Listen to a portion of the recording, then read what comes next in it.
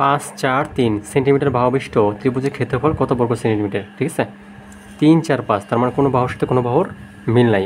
এটা বিষমবাহু ত্রিভুজ কিংবা 3 4 5, এটাতে দেখতে পারি আমরা লম্ব স্কোয়ার যোগ ভূমি স্কোয়ার সমান অতিভুজ স্কোয়ার হয় কি না।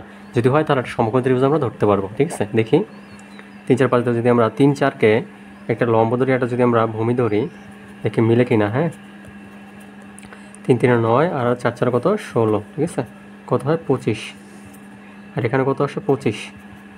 তার মানে এটা একটা সমকোণী ত্রিভুজ গঠন করতে পারে। কীভাবে সেটা, এই যে এভাবে। হ্যাঁ, এটা ধরলাম আমরা 3, এটা 4, এটা কত 5। তাহলে সমকোণী ত্রিভুজের ক্ষেত্রে অথবা ত্রিভুজের ক্ষেত্রে আমরা যদি বলি এটার ক্ষেত্রফল যদি আমরা চিন্তা করি, তাহলে হাফ গুণ ভূমি গুণ উচ্চতা। ভূমি কত হচ্ছে, ভূমি হচ্ছে 3 আর উচ্চতা কত 4, তাই 2 দুগুণে 4, 3 দুগুণে 6, তাহলে এটার অ্যান্সার হচ্ছে 6 বর্গ সেন্টিমিটার। এখন যদি কেউ এভাবে না করতে চায় আরেকভাবে করা যাবে। কীভাবে? 3টে বাহু, হ্যাঁ, তাহলে পরিসীমা বের করি। পরিসীমা সমান সমান a plus b plus c সমান সমান 3 যোগ 4 যোগ 5, 3 4 7 5 কত 12। তাহলে এস এর মান আসবে কত 12/2, তার মানে 6। ক্ষেত্রফল সমান কী আসবে, S into S minus A S minus B আর কত এস মাইনাস সি।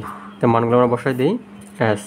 তাহলে প্রথমটা এস এর মান হচ্ছে কত আমাদের 6, তা 6 মাইনাস কত 5 না, 6 মাইনাস 5 হচ্ছে 1, 6 মাইনাস 4 হচ্ছে 2, 6 মাইনাস 3 হচ্ছে 3, 3 দুগুণে 6, 6 দুগুণ এখানে আবার 6 আসছে, তা 6 6 কত 36, 36কে রুট করলে আমরা কত পাই 6। তার মানে এখানে আমাদের 6 আসে, আবার উপরে আমরা যদি অন্যভাবে করি সেটা অ্যান্সার 6। তার মানে এই ত্রিভুজের ক্ষেত্রফল হচ্ছে 6।